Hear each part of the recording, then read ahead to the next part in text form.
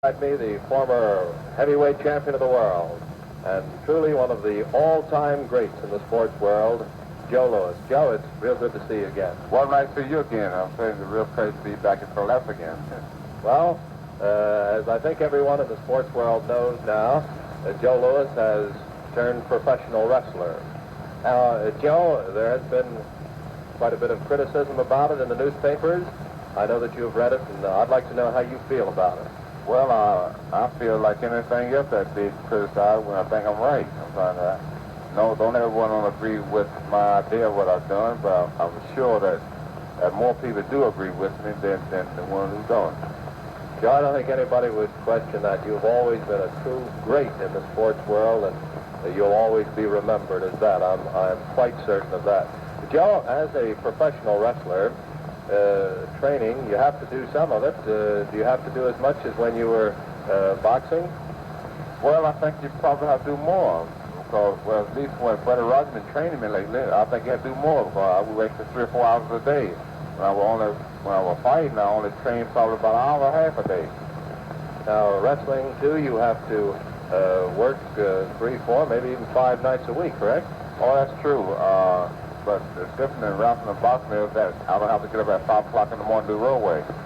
I guess that's all right with you, isn't it? That's right, wonderful with me. You've been on this circuit now for just about a month.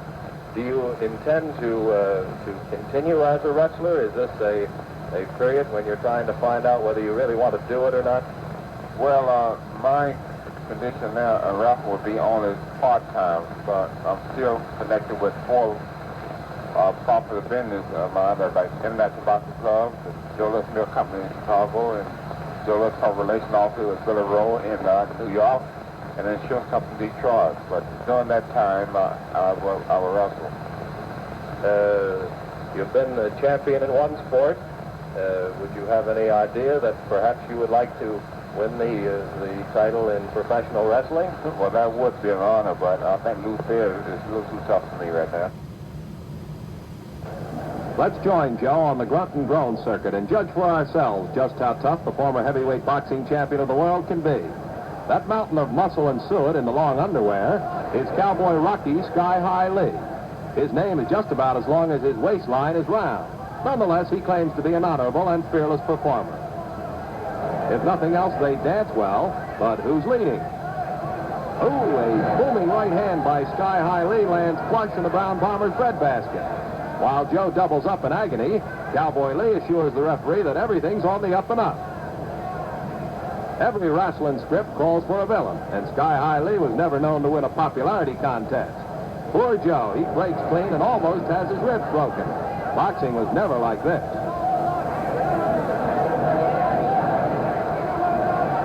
After being KO'd by the tax collectors, Louis was hoping to pick up pin money in the groan and grunt league.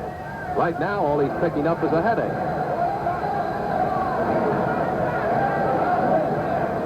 Two can play this game, says Joe, but rotund Rocky will have no part of a fisticuff battle. Maybe it's better that way, for if Joe ever pumped a right in the Cowboy's expansive jelly-like belly, his hand could be lost for a week. So far, the Cowboy's been in the saddle all the way. He's giving Joe a liberal education in the do's and don'ts of wrestling, but Joe is still the sentimental favorite with the crowd.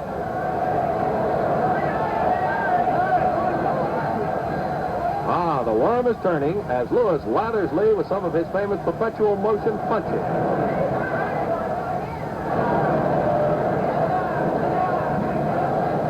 The Cowboy bears a slight resemblance to 2-ton Tony Galetta, and now he's about to get a taste of what Tony got. There it is, and that's how it's done. Good, clean fun, but kind of a come-down for one of the greatest boxers of all time, Joe Louis.